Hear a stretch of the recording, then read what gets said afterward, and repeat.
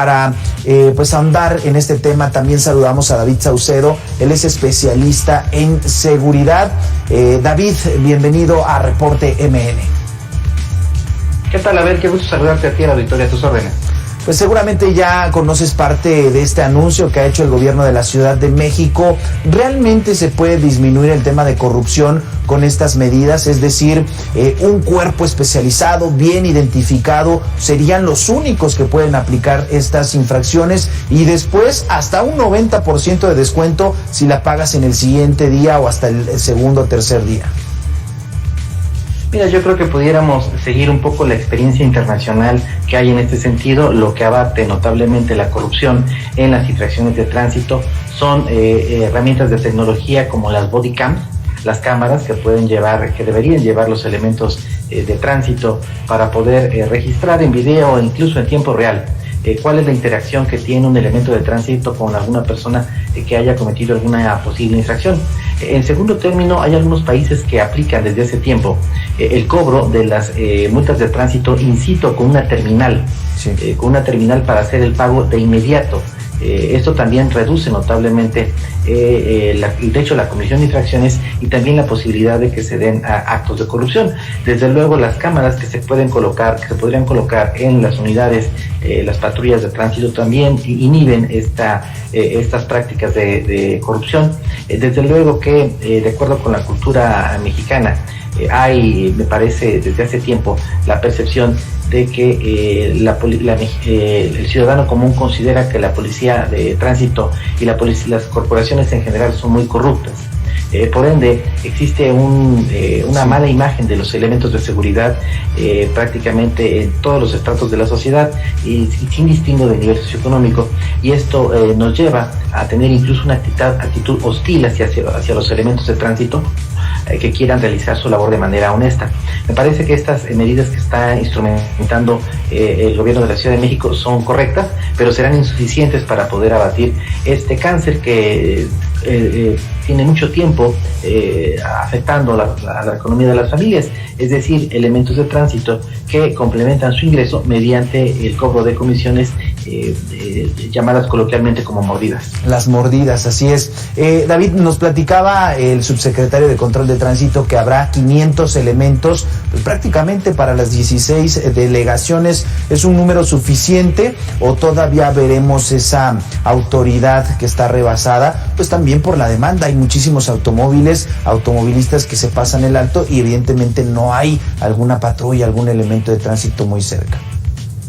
500 son muy pocos, Abel, para el tamaño de la ciudad, la cantidad de arterias, colonias que conforman la Ciudad de México. Me parece que con este número únicamente se va a hacer un trabajo focalizado a ciertas zonas de la ciudad, en donde seguramente se cometen mayores infracciones de tránsito, las arterias más circuladas, las más concurridas. No habrá, por esta cifra que me comentas, no habrá seguramente un elemento de tránsito en muchas de las colonias en donde también ocurren este tipo de eventos, de infracciones. Entonces me parece que es una prueba piloto, me parece que el gobierno de la ciudad está tratando de innovar. Son muy pocos los elementos de tránsito que tendrían esta nueva responsabilidad, serían insuficientes, pero creo que en función de los números que están presentando las autoridades, es una prueba piloto que en el caso de que resulte exitosa seguramente la ampliarán mediante la contratación de más elementos, mediante la adquisición de algunas otras tecnologías como las que acabamos de mencionar. Sí. Seguramente habrá una encuesta de servicios entre los ciudadanos para ver cómo es recibida esta nueva estrategia. Como tú recordarás, incluso ya antes, para disminuir los accidentes de tránsito, se habían establecido topes de velocidad en algunas de las arterias. Incluso se hicieron arcos con videograbación para poder aplicar estas multas remotas que generaron mucha molestia entre los automovilistas.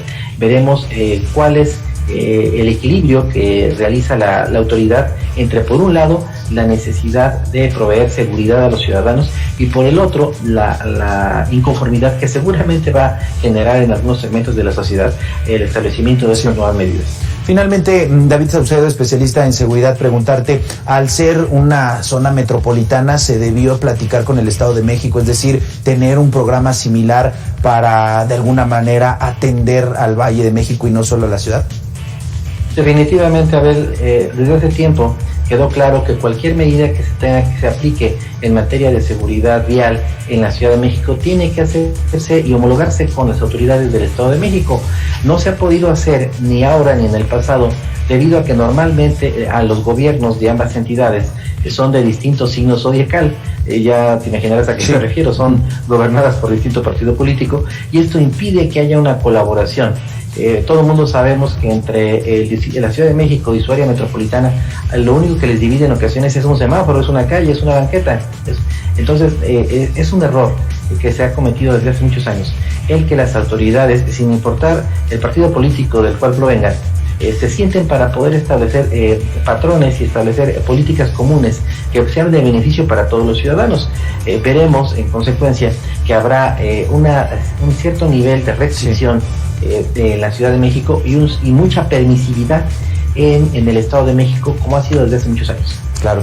David Saucedo, especialista en seguridad, muchísimas gracias por estos minutos para Reporte M. Gracias, Abel, que estés muy bien. Gracias a David Saucedo, por supuesto estaremos pendientes de este programa.